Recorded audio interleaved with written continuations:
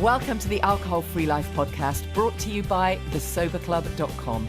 I'm Janey Grace. This is for you if you've quit the booze or you'd like to, or maybe you're just sober curious. I'll bring you tips and motivation without any judgment, and there'll be inspiration from experts, quit-lit authors, and sober heroes.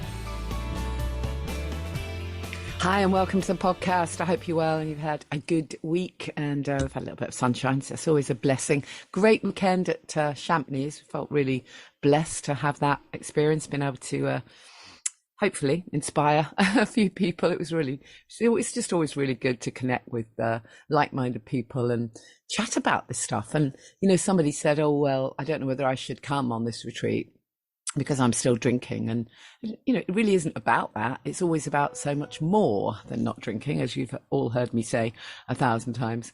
And I got a great response to the podcast last week. Thank you to those of you who popped me a message, and really glad you enjoyed the interview on self-hypnosis. I thought that Dr. Spiegel really just explained it well, just explained why and how hypnosis works. I thought it was really good. Anyway, there is that discount code to try it free for 14 days, I think it is. Obviously, if you put your credit card in and you don't want to continue, then cancel before that period of time is up.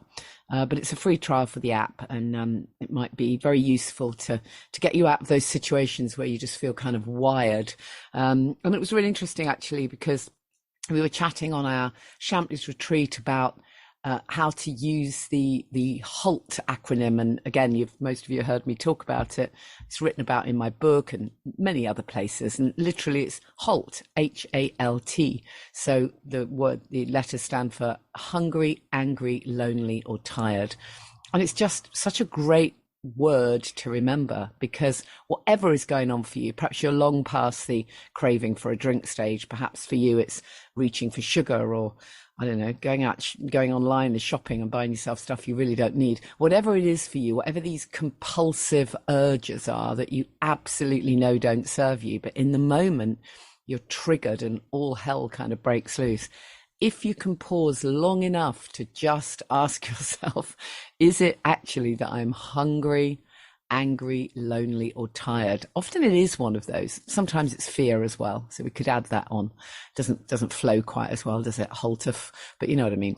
But you know, if you're hungry, this is such an obvious one. It really, really is. When I was drinking, I often was actually just hungry, but I mistook that for craving wine. And you know, after several glasses of wine, of course, I was no longer hungry, allegedly, but my body was actually probably crying out for nutrients rather than toxic liquid.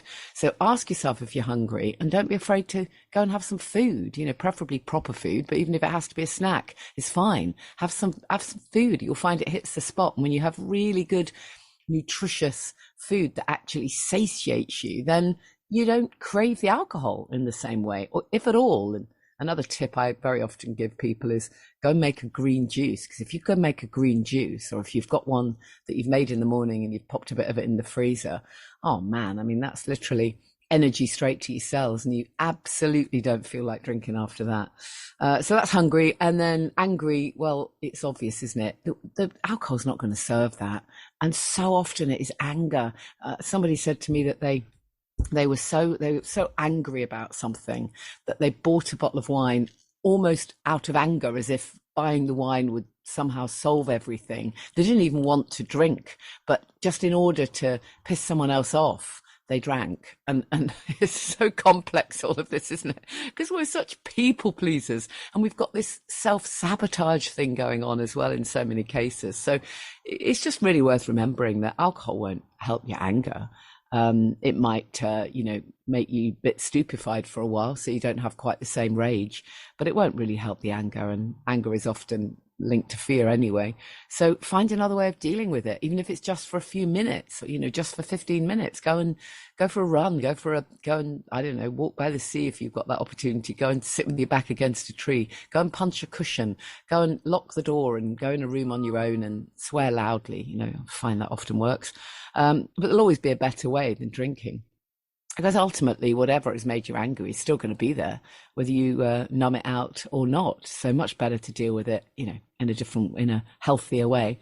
And then obviously lonely, well, that's where the connection piece comes in. And I think I've probably told you a lot of times, that's why we have the Sober Club, because when you can just come on our private Facebook group and share what's going on, there will always, always, always be someone around to pick you up, to cheerlead you, to kind of remind you that it's okay, you're not on your own.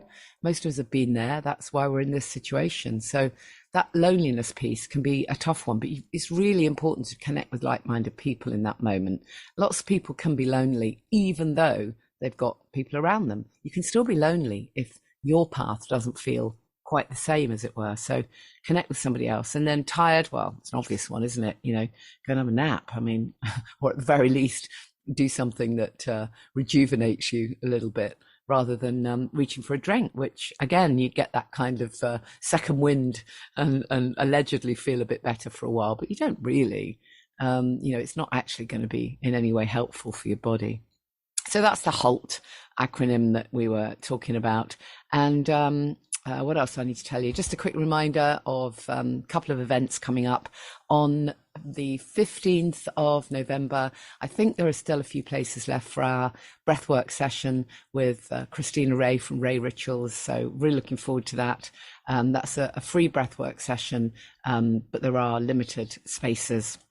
So hopefully you've seen stuff on the show notes. And register for that. And then on Thursday, the 16th of November, if you can get to Hertfordshire, a really beautiful evening, just 7 till 9, in a really magical, gorgeous woodland space. And it's just going to be a kind of self-care, sober curious circle, really. So if you've been sober for ages, feel free to come along. And if you're just thinking about sobriety, come along. And if you're really not even sure, but you like to focus on self-care, then that's fine too. And we'll do a yoga nidra session. So yoga nidra is, it's not yoga, it's the yoga of sleep. So it's literally relaxation, and but really deep relaxation. So we're going to end the evening with that. So that's November the 16th. So if you check out thesoberclub.com/events, you'll find both of those there. Also at the end of the month, one of the sober coaches that I train, Janet, is hosting an event in the north. So you'll find more about that as well. And then December the 5th, we've got our the Sober Club Christmas party and meetup. That one is sold out. It's in London. It is sold out. But if any tickets become available, then I'll definitely keep you posted. So talking of sober coaches and events, there's so much great stuff going on at the moment. As you know, Andy did a fantastic event in Manchester a couple of weeks ago, and then got featured in Mancunian Matters. How cool is that? Talking about events that have been going on that weekend in Manchester, just so exciting. And then one of the other coaches that I work with, Anna, she was featured in a great article about sober coaching and just people turning away from the booze. That was super exciting. So there's loads of great stuff going on. Our next coach training, by the way, if that is something you're interested in, I appreciate it's not for most of you, but if anyone is interested, it's the end of January. The next course starts the end of January 26th. So just message me if that's something you're interested in. Well, I'm so delighted to cover something on the podcast that I don't think I've actually properly looked at before. We're going to be talking about the topic of what is it like to be living alone, to be single, to be child-free, and drinking more than you want to. We spend an awful lot of time talking about, how tricky it is when you've got a partner who maybe isn't, along with you on your sobriety, or how you deal with all of that. But there's an awful lot of people living alone, and I'm just so pleased that to talk to us about this is my guest, Christine. Christine Coulson is a member of the Sober Club. She's also one of our sobriety and wellbeing coaches who did our training last year. And welcome, Christine. Hello, thank you for having me, Janey. Oh, I'm so pleased that you recommend, you popped up and said, let's talk about this, because am I right in thinking you're 40, you're single, you don't have children, yeah, and you've really recognized that you're not the only one in this situation. Exactly. And there's a thing here around perhaps, secret drinking, drinking alone, not perhaps the whole issue of accountability that's slightly different for someone in your situation. So it's a great topic to cover. Let me just ask you then, tell us a bit about your background. What's your sort of, what led you to this point? Well, I think from a love life perspective, my love life could very easily be described as disastrous. I have had partners, lived with partners, but I've been very single for sort of the last 10 years and happily single. I've always liked a bit of a drink. And then I found that personally my alcohol intake increased during the pandemic, and it also changed during the pandemic. Living alone, as everyone tended to, well, you couldn't drink anywhere else other than home. Well, yeah. So I started to drink more at home and on my own. And then when things sort of opened up again, I found that didn't really change. And then I decided that enough was enough, really. And made the change to quit completely at the start of last year. Fantastic. And you've since trained to be a sober coach, and I mean the work you're doing is fantastic. But I think it's just really interesting, isn't it, that you've recognized this sort of niche, if you like. So I mean, do you know how many people in the UK live alone? I mean, I'm guessing there must be loads. Yeah, there's 8.3 million people in 2022. 8.3 million people lived alone, and 4.4 million of those were women. Wow, really? That's interesting. Yeah, there are actually some stats on drinking habits. So this isn't going to be a massive stat bomb. Okay, no, share them. It's good. But, actually, government statistics on drinking habits stopped in 2017, which I think is a bit of a back step myself. But in the most recent stats, of the population aged between 25 and 44, people who lived alone were proportionally twice as likely to drink on more than 5 nights a week than people that lived with other people. Right. So 10% of the population, 25 to 44, living alone, drank in 2017 on more than 5 nights a week, where it's only 5% if you live with other people. So it's I definitely wasn't alone. Well, yeah, and as you say, I'm guessing that over the lockdown and all of that nonsense, that those numbers are probably massively higher than that now. Yeah, exactly. Massively higher. Yeah, because lots of people during the pandemic would have been forced to live alone who perhaps otherwise wouldn't have done. So, yeah, exactly. And it was an awful time. Everyone went through stress, regardless of what you were doing. It was an awful time. Everyone was going through grief in some form or other. There's actually very few statistics, and I've tried to find some post-pandemic. There's a study that was out published last year in the journal Addiction, where that says that that home drinking is a very, very under-researched topic. So I'm sure it is. I'm sure it is, absolutely. With 8.3 million, there's going to be a lot of people drinking alone out there. Totally. I mean, I know from clients that I've had over the years, there's been now I think of it, there's been a whole bunch of clients who are living alone, and the things they tell me are, that they get in from work and there's this, whatever kind of day they've had, it's like, oh my God, I just need a reward. They don't necessarily have anyone else to particularly sound off to, and they certainly don't have anyone to hold them accountable or anyone to even say, oh, hold on a minute, I thought you decided that you'd stopped. So I guess this accountability is part of this, isn't it? It's massive. It's such a private struggle. You don't have anyone to hold you accountable. You don't have anyone to say, oh, are you sure shall we not drink tonight because we've done 3 nights? Shall we have a night off? There's no one like that. But similarly, when you start to worry about your relationship with alcohol, you don't really have anyone to talk to either, because it's not like you can turn to a partner and say, I think I might be drinking too much. You might be doing that internally, but if you go to a friend or another family member, that conversation has to start with drinking. Whereas if you're living with someone, they are watching you, that they're seeing what you're doing. So it's another sort of hurdle to sort of come out as a bit of a drinker, if that makes sense. Yeah, absolutely. I'm guessing as well, I've had clients who've said to me, I get home after, one woman was a nurse, and she said, I get home after a very late shift, and absolutely can't be asked to make food for myself. Yep. You know, I know that I've had really rubbish food all day, and I get home really late. Can't be asked at that time of night to make food. The easiest thing there, you know, it feels as though it's just reach for a drink. Now, again, I'm guessing, you know, I know it's a little bit of a generalization, but if you've got someone else living with you, they would have either perhaps made some food and left some for you, or you make the effort because you're making a meal for more people, and perhaps that diffuses that. You know, we can so often mistake you know, the desire for alcohol for hunger. Yeah, 100%. You have that. If you're living with a partner, you've got a partner looking after you. You know, you can phone for a takeaway, but you know, how many fast food outlets do you want to, to keep coming? And it's just difficult. Absolutely. It's not a good and then place. I suppose the difficulty as well is, you know, let's assume that somebody who is living alone has made the decision to quit the booze. They've got, I so often say, you know, you've those early weeks, you've really got to put the work in, haven't you? You've got to have the kind of self-care stuff at the ready. You've got to have the ways to soothe yourself. You've got, you've got to have all of this stuff. And I'm guessing that some of that can be, you know, more difficult as well if you live alone. I remember one woman saying to me who lived alone, I remember her saying, I think she almost felt embarrassed that she hadn't got a lot going on in her life, right? Because of course, when you're not drinking, it frees up so much more time.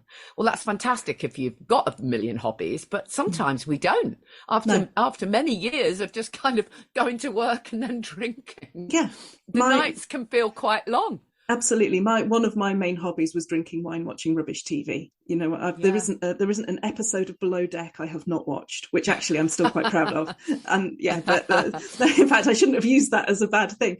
But without doubt, it is the accountability. You've got to. You mentioned there doing the work, and you really do. If you really want to quit because there's no one there to support you. If you're not going to drink, you don't know. You know me pretty well. For all you know, I might have a fridge full of wine. I don't. I'm pleased to say, but there is that lack of accountability. Some things can definitely be easier when you're living alone. I am entirely in control of my home environment, so I have an alcohol-free house. I know that there is no alcohol in this house, and there isn't going to be alcohol in this house. Yeah, that's definitely a benefit, isn't it? Yeah, I can focus on my self-care. I don't have to worry if I decide to pop onto a sober club Zoom at an evening. If I'm not working, you know, I can be there because I don't have to worry about what anyone else is doing. If I think I really want a glass of wine, I'm going to just get in the bath. We all know just getting in the bath is a brilliant way to make sure you don't go to the shop. You know, that sort of thing you are in control of. Yeah, but it does and also, you know, on the benefits, you know, it's a plus and a minus that you don't have anyone to sound off with, because there's so many, as I say to so many clients, don't share all your innermost thoughts with your partner or your loved ones necessarily, because they're very likely to say to you when you've had a terrible day, "Oh, sweetheart, I know but look how well you've done. You've been sober for you've done so well. You're obviously not addicted. Well, you can just have one. It's okay." So at least you haven't got that side of it either. So there are some benefits. Yeah. But what about the firsts, you know, that go into the wedding on your own, or the parties? Is that, do you feel that's impacted? Yeah, you're fortunate in that you only have your own social obligations to worry about. So you don't have to, you're not dragged along to a partner's business do or anything like that. I actually did my first sober wedding this weekend. So after a couple of years. So, and it was great. I didn't think about drinking, which was fantastic.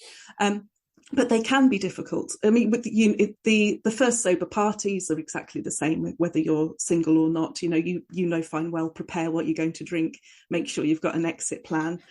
Weddings can be a little bit more tricky, because often when you're single, and this isn't a sober single thing either, often when you're single, you don't get a +1 because wedding budgets are tight, weddings are expensive.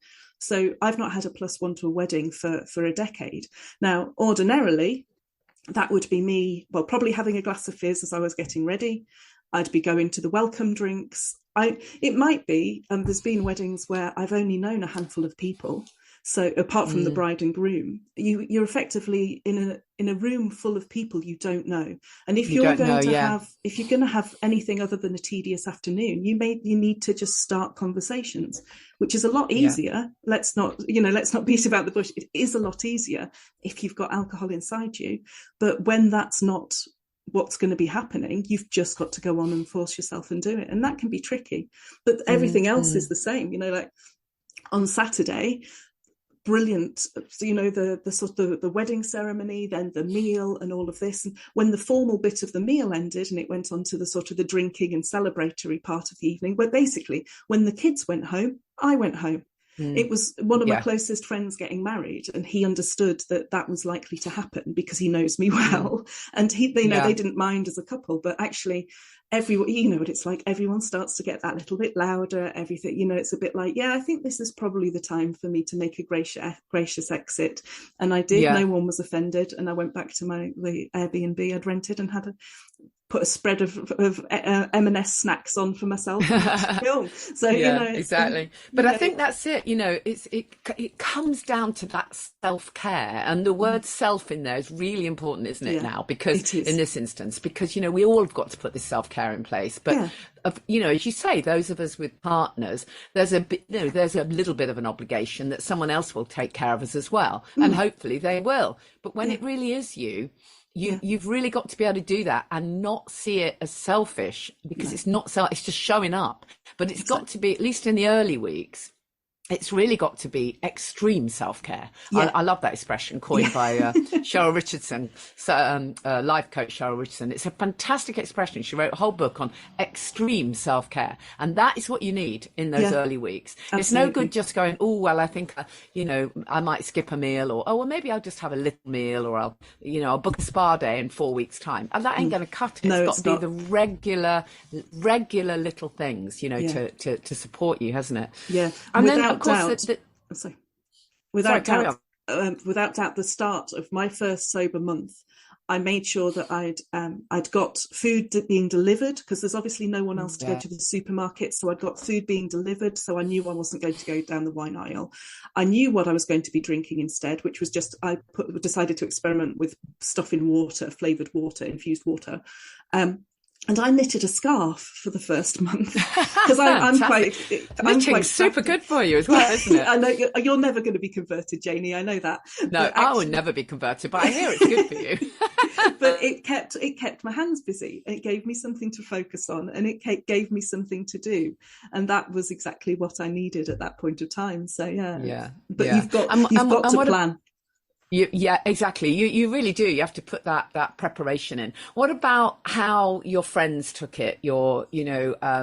Particularly if you had other single friends that you perhaps used to go out with. How did they take it? Fine, actually. I did a thing where I emailed my closest friends and my family to say, look, this is what I'm going to be doing on Tuesday. I'm not drinking, hopefully forever, but just support me. And I made a point of saying, I don't want to hear the stories. I knew people would be happy, especially my parents. I knew that they'd be a bit relieved, and their automatic response would be to say, oh, we're really pleased because, and then I'd done all of that. I'd done the work. I knew what I was when I was drinking. I just didn't need to hear it. I just needed their support. And then I sort of came out as a non-drinker to more people. But I did exactly the same as other people. When you get invited to things, oh, I'm driving. Oh, I'm not drinking tonight. Yeah, exactly. It doesn't matter what excuse you use, does it? It doesn't matter. It's the one point where I think dishonesty is completely acceptable, is when you're in absolutely. Early stages of sobriety. I totally agree. Lie your ass off. Yeah, exactly. So obviously, and the answer to a lot of this, the way to alleviate some of this is to ensure connection. I mean, connection is the key piece, really, isn't it? Yeah, so whether you're single or whether you're not single, actually, what you really need is that connection with like-minded people. Yeah. So this is your opportunity to give the Sober Club a plug. Well, yeah, exactly. I'd say that, didn't you? Yeah.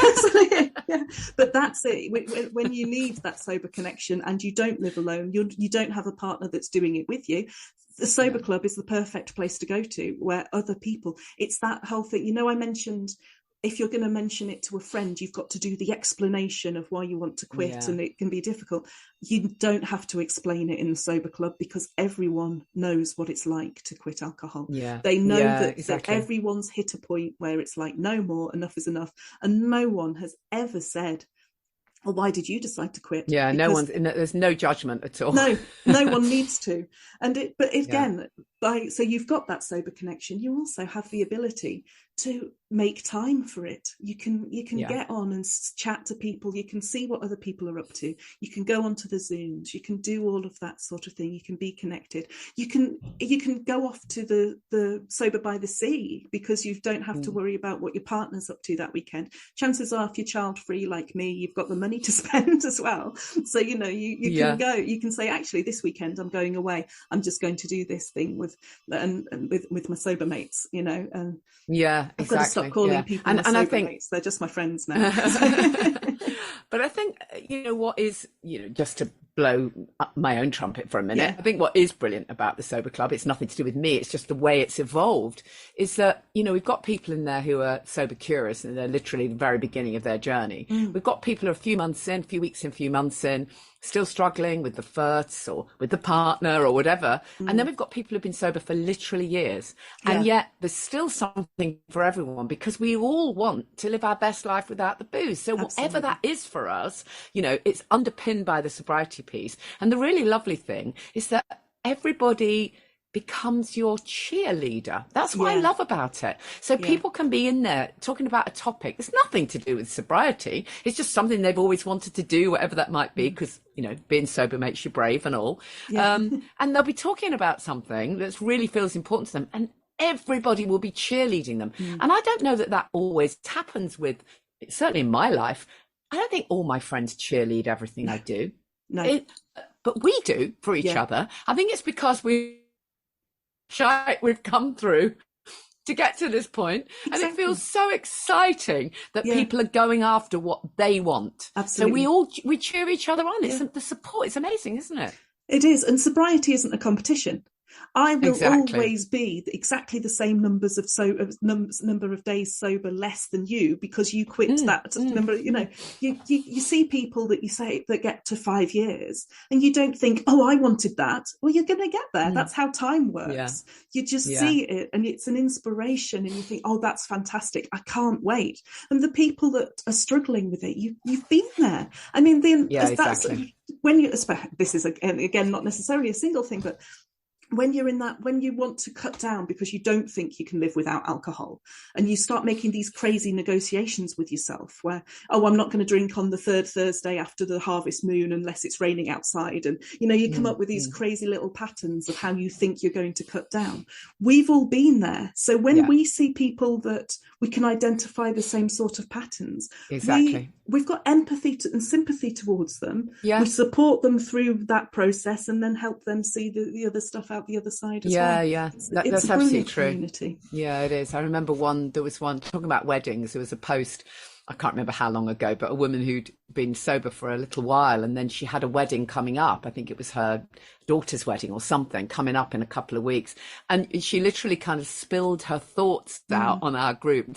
Well, they've ordered all this really expensive champagne, and I'm just wondering, would it be, do you think, would it be okay? Maybe I should just have one, because I'm wondering if it's going to feel rude if I. It was literally her brain was literally there on that post. It was just to be able to do that, to be able to share those thoughts ahead of time was fantastic. And nobody kind of wrote back and said, "Don't be so ridiculous." Everyone just said, "Oh wow, I wish I could have been to my daughter's wedding, sober. I wish I could have my wedding day again." You'll just think how you'll benefit if you do. Have you thought about getting some alcohol-free beers and just so many suggestions and so much support?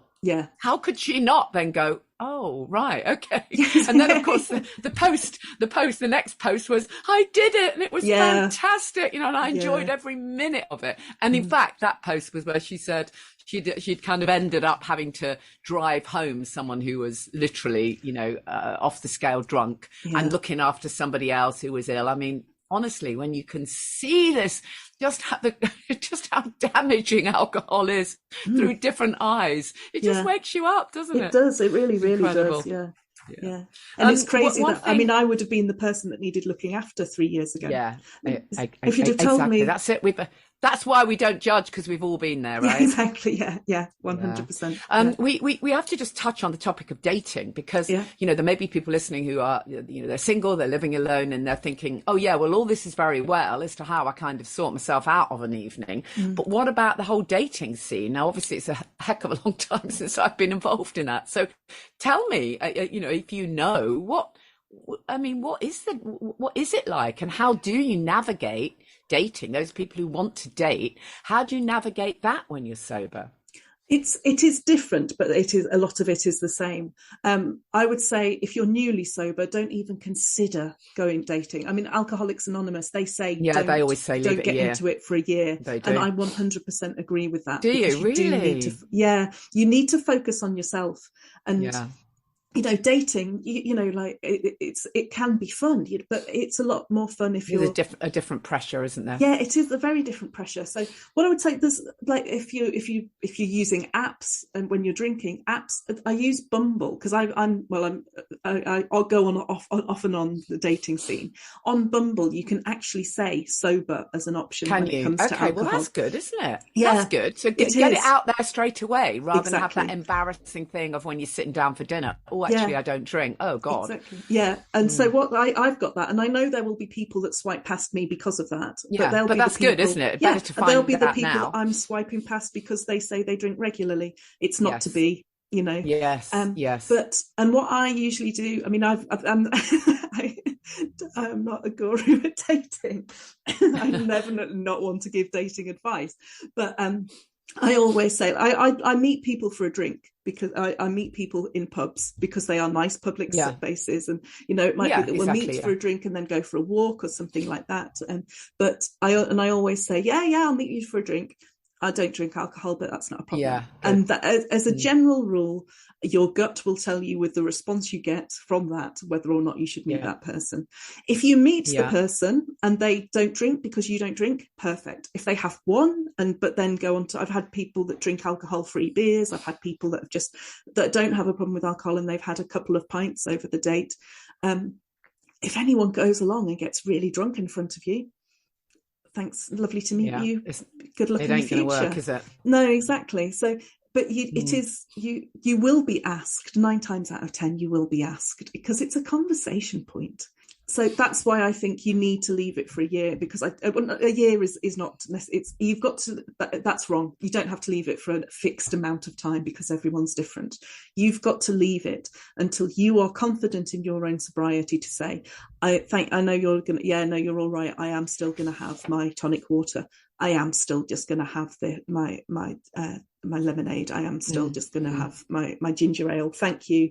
No, it's just being true to who you are, isn't it? Exactly. Ultimately, it comes back to this same thing of, you know, being authentic, which you can finally do when you stop drinking, right? Exactly. Yeah. And what you'll really find, what you don't know,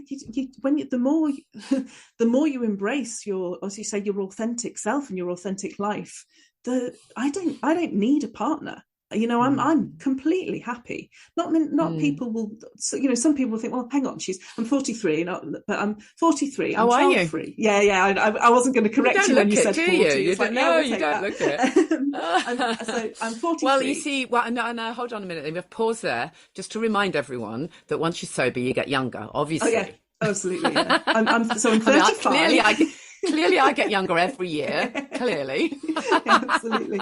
But, you know, some people will just be like, oh, well, you can't be happy, because obviously, if you've got kids, you love them, they give you a lot in their life, but you can be happy without children in your life. Of course. Yeah, I loved, you remember Catherine Gray's book, The Unexpected Joy of Being Single? I mean, she is now fully partnered up, of course, but she wrote that book and I loved that book. Yeah. Actually, although I wasn't single, there was so much in that book that was just about, we interviewed her on radio too. And so I read the book because we were interviewing her, and I really remember thinking, oh my goodness, there's a lot here that it isn't really anything to do with whether you're single or you're not single. It's just about self-care. It's just about actually recognizing that you're important. Yeah. You might be partnered up, you might not, but let's look at the surprising benefits of taking good care of yourself. That's ultimately it, isn't it? Really, absolutely, that's really what you're talking about. Amazing. Yeah, 100%. I would like a partner at the moment purely because, as you know, I'm going through the house move process. It would be nice if there was someone else to just speak to the solicitor or estate agent. Everything happens and help down lift to the boxes, me. right? Oh well, I'm going to pay someone to do that. That's fine. Absolutely. Oh yeah. Christine, I must just ask you. You've given a lovely plug for the Sober Club, so thank you for that. But also, you did our coach training, and now you just tell us a bit about how you found that experience and the work that you're doing now. Yeah, so it completely changed my life. I'd not done any coaching before, and it really did. It gave me more of an insight into myself and my own sobriety, and more about me as a person. But the coaching element, I absolutely love it. The fact that I have people come to me that are struggling, that have struggled to quit or cut down, and just by working with them, I can change it, is absolutely fantastic. I'm a bit of an evolver, so I'm looking at other things. I've done life coaching as well now. But without doubt, as my supervisor, I've got a coaching supervisor, and she said something absolutely fantastic for me. She said, your sobriety coach training has given you an amazing plot of land and the foundations onto which you build your coaching house, however you want to see it.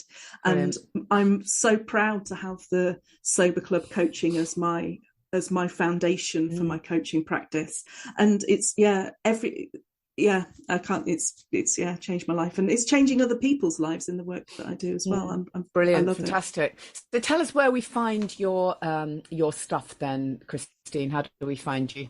So my business is Your Sober Path. So it's yoursoberpath.co.uk is my website. And on Instagram, my business Instagram is @yoursoberpath. So great. That's me. Fantastic.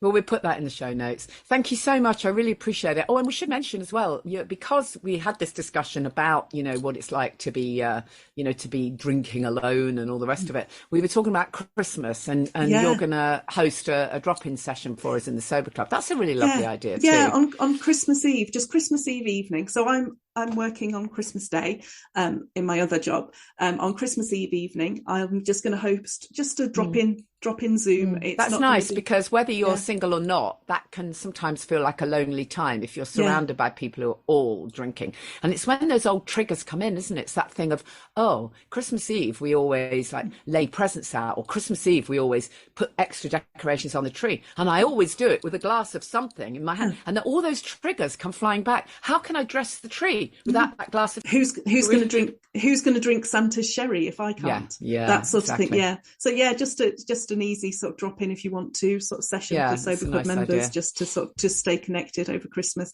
Come in and complain about the relatives, or just celebrate a sober Christmas. Brilliant. Well, it's fantastic having you as part of our gang, Christine. We really appreciate it. Thank you so much for sharing this info with us. Really inspirational. Thank you. Thank you. Thank you, Christine. Great chat. And we'll put those links in the show notes.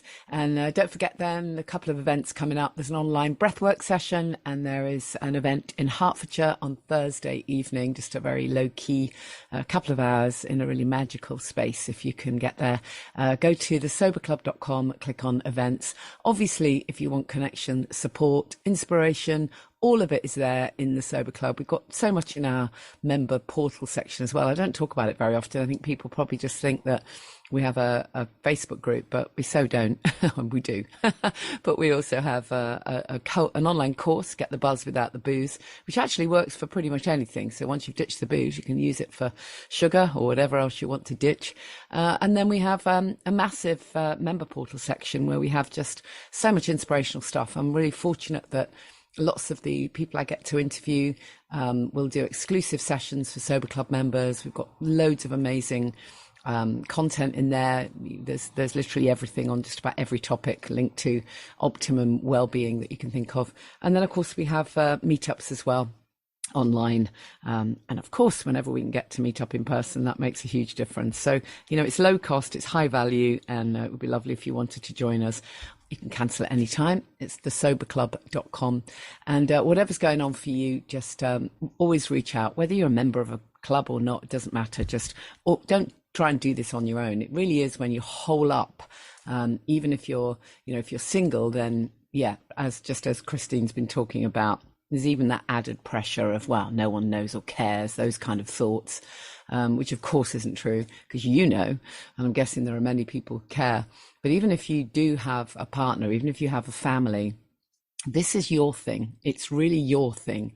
And you need to be able to do it for you. But to be able to tell somebody, to be able to reach out and make it real is a very important part of this. So always let somebody know. You can always drop me a message. I'll reply to as many as I can. I'll hold the vision for you if I can. It's great to know somebody's cheerleading you and you're not on your own in all of this, because if you are on your own, again, it's never really just you. You'll have the wine witch in your ear telling you that it would be a fantastic idea to start drinking again. So reach out, let somebody know what you're doing. Now is a fantastic time, because let's face it, who wants to be hungover over Christmas? Of course you don't. So do it now. Set yourself, 100 days, perfect time. She ducks. There'll be lots of people thinking, you have to be kidding me. I'll wait till after Christmas. No, don't wait till after Christmas. You'll have the best Christmas ever.